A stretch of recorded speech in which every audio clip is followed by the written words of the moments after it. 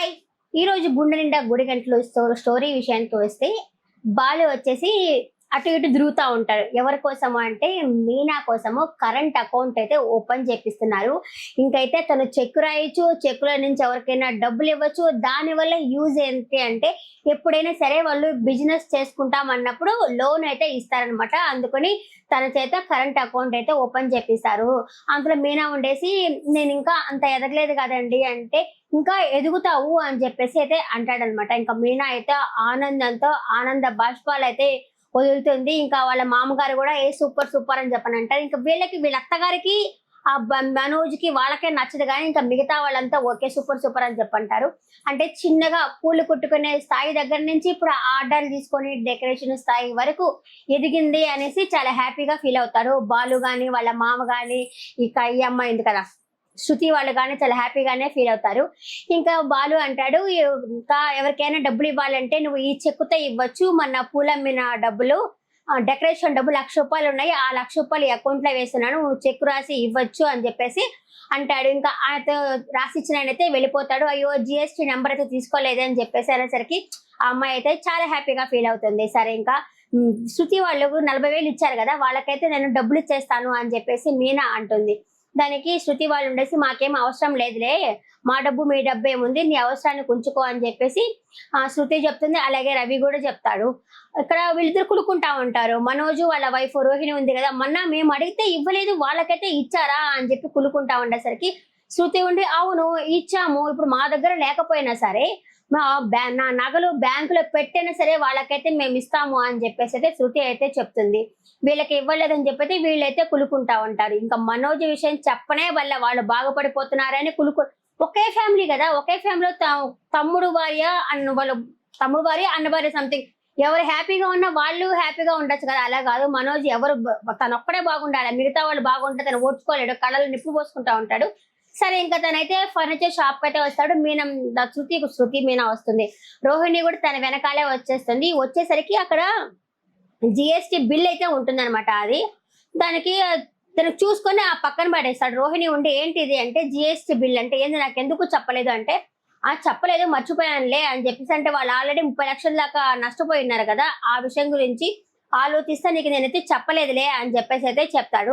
అట్లనే ఇప్పుడు GST bill కట్టాలి కదా, వాళ్ళు వచ్చి సీజ్ చేస్తామంటారు, నువ్వు ఎందుకు ఇలా చేస్తున్నావు అని చెప్పేసి రోహిణి తిడుతుంది. దానికి మొదట బాలు వాడిని కులుకుంటా ఉంటాడు. ముందు నీ పని నువ్వు చూసుకో, తర్వాత వాడిని కులుకోవచ్చులే అని చెప్పేసి రోహిణి చెప్తుంది. సరే ఇంకా జిఎస్టీ బిల్లు కట్టాలా అని చెప్పుకున్న లోపల వాళ్ళు వచ్చేస్తారనమాట. ఆఫీస్ నుంచి వచ్చేసి మీరు బిల్ అయితే కట్టలేదు, కనీసం మాకు సమాధానం కూడా చెప్పలేదు, మీ షాప్ని మేము సీజ్ చేస్తాము అనేసరికి అయ్యో వద్దు మాకు ఒక 3 days టైం కావాలి అంటే 3 days కాదు 3 hours టైం ఇస్తాము, 3 లక్షలు కట్టండి అని చెప్పేసరికి అయ్యో ఇప్పుడు లేవు, మాకు వేరే వ్యక్తిగత కారణాలు ఉన్నాయంటే మీ వ్యక్తిగత కారణాలు మాకు అనవసరం, ముందు మీరు డబ్బులు కట్టండి అనేది చెప్తారనమాట. సరే ఇంకా ఏం చేయాలా, ఇతనేమో హ్యాండ్ ఎత్తేస్తాడు. ఎవరు మనోజ్ అమ్మో నాకు భయం వేస్తుంది నాకు తెలియదు అని చెప్పేసి హ్యాండ్ ఎత్తేస్తాడు. రోహిణిని అడుగుతాడు నువ్వే ఎలా అయినా చేయాలి అని చెప్పేసి మనోజ్ రోహిణి చెప్తాడనమాట.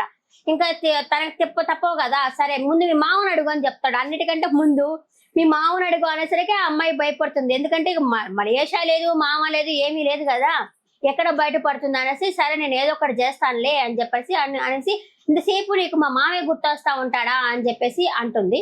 సరే ఇంకేం చేస్తాము, వాళ్ళ అమ్మకు ఫోన్ చేద్దామనేది చేస్తే వాళ్ళ అమ్మకు ఫోన్ చేద్దామని నేను డిసైడ్ అవుతుంది. ఈ లోపల వాళ్ళ అమ్మ వచ్చేసి వాళ్ళ బాబు ఉన్నాడు కదా, ఆ బాబుని తీసుకొని స్కూల్కి వస్తుంది. అలాగే బాలు కూడా వాళ్ళ నాన్న తీసుకొని స్కూల్కి అయితే వస్తాడు. వాళ్ళ నాన్న స్కూల్లో అటెండర్ గా వర్క్ చేస్తున్నాడు కదా, స్కూల్కి అయితే వచ్చేసి ఏంటి నాన్న ఇప్పుడు వచ్చావు అని చెప్పి ఇప్పుడు రమ్మని చెప్పారు ఏంటి అంటే వాళ్ళు రమ్మని చెప్పారంటే వారానికి 3 రోజులే కదా నువ్వు రావాల్సింది, ఈ శనివారం పూట ఎందుకు వచ్చావు అంటే వాళ్ళు ఎప్పుడు చెప్తే అప్పుడు రావాలే అని చెప్పేసి చెప్తాడు. సరే ఆ బాక్స్ లో ఉంది అన్నం తిన్నానా అని చెప్పి మాట్లాడుతున్నప్పుడు ఆమె రోహిణి వాళ్ళ అమ్మ ఆ బాబుని తీసుకొని లోపల వస్తుంది. అంతే ఆ బాబు చూసిన వెంటనే ఆ బాబు అంకుల్ అని చెప్పేసి బాలు దగ్గరికి అయితే పరిగెత్తుకొని వచ్చేస్తాడు. తప్పించుకుందాం అనుకున్న లేకపోతే కుదరదు, వచ్చేస్తాడు. వచ్చిన తర్వాత ఆయన ఏమ్మా ఎక్కడున్నారు మీనా ఎప్పుడు మిమ్మల్ని అడుగుతా ఉంది, మేము ఏమన్నా తప్పు చేస్తామా, మీరు మాతో ఎందుకు మాట్లాడడం లేదు అని బాలు అడుగుతాడు. ఇంకా ఆ పిల్లడితో వచ్చేసి మేము పోయి చాక్లెట్ తీసి తినిపిస్తాను బాబుకి అనేసరికి లేదు స్కూల్ లోపలికి పోవాలా అని చెప్పేసి అయితే చెప్తుంది. కాదు ఇంకా టైం ఉంది కదా, నేను చాక్లెట్స్ తినిపిస్తానులే అని చెప్పేసి బాలు అయితే చాక్లెట్ తినిపించడానికి అలా అయితే తీసుకెళ్లిపోతాడు. ఈ లోపల ఆ అమ్మాయి ఫోన్ చేస్తానే ఉంటుంది రోహిణి. ఎవరి కోసమో ఆ నగలు తీసుకొని దివ్య వాళ్ళ ఇంటికి రావాలి. దివ్యనా విద్యనా వాళ్ళ ఇంటికి రావాలి కదా అమ్మాయి. నాకు దివ్య విద్య 2 పేర్లు కన్ఫ్యూజ్ గా ఉంది.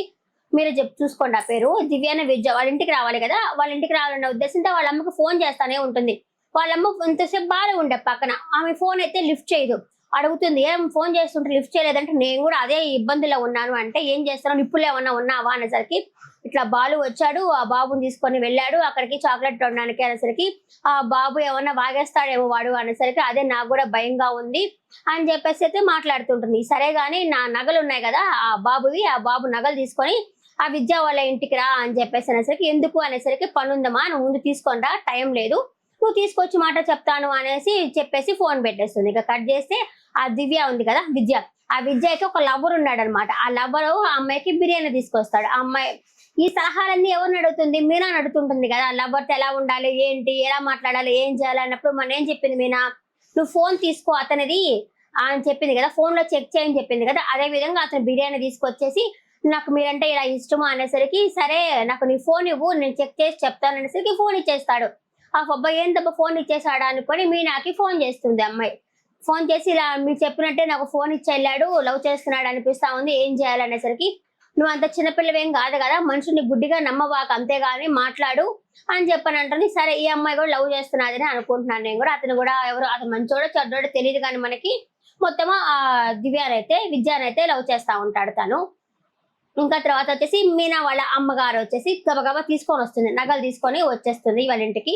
ఏంటి ఇలా వచ్చారు ఇప్పుడు, ఎంతసేపు అలసిపోయారంటే, అవును ఆ చింటూని బాబుని స్కూల్లో వదిలిపెట్టేసి వచ్చాను నేను అని చెప్పేసి విజేత అయితే చెప్తుంది. ఇంకా వాటర్ ఇస్తుంది, వాటర్ తాగుతుంది. ఈ లోపల ఈ అమ్మాయి కూడా వస్తుంది, ఎవరు రోహిణి కూడా వస్తుంది. వచ్చేసావా తెచ్చావా నగలు అనేసరికి, అవును అది ఆ బాబు నగలు అవి చిన్నప్పటి నుంచి కొంచెం కొంచెం కొంచెం దాచిపెట్టాను నేను అని చెప్పేసరికి, అమ్మ ఇప్పుడు ఏమైందమ్మా, వాడు నాకు కొడుకే కదా నేను చూసుకుంటానులే, కానీ నగలు అవసరము, ఎందుకంటే జిఎస్టీ కట్టాలా, 3 లక్షల దాకా కట్టాలి, లేకపోతే మనోజ్ వీధిని పడతాడు, నేను కూడా వీధిని పడతాను అని చెప్పేసి నగలు పెట్టాలా అనుకుంటుంది. ఆ నగలు ఈ అమ్మాయి ఉంది కదా విద్య అకౌంట్ లో పెట్టాలా అని చెప్పేసి అయితే అనుకుంటుంది. సరే పెడదాం అనేసరికి, సరిగ్గా పెడదాం పదా అనేసి బయలుదేరేస్తా ఉంటారు. అదే ఈ రోజు జరిగిన ఎపిసోడ్. నెక్స్ట్ ఎపిసోడ్ లో మళ్ళీ కలుస్తాను. బై బాయ్, నమస్తే.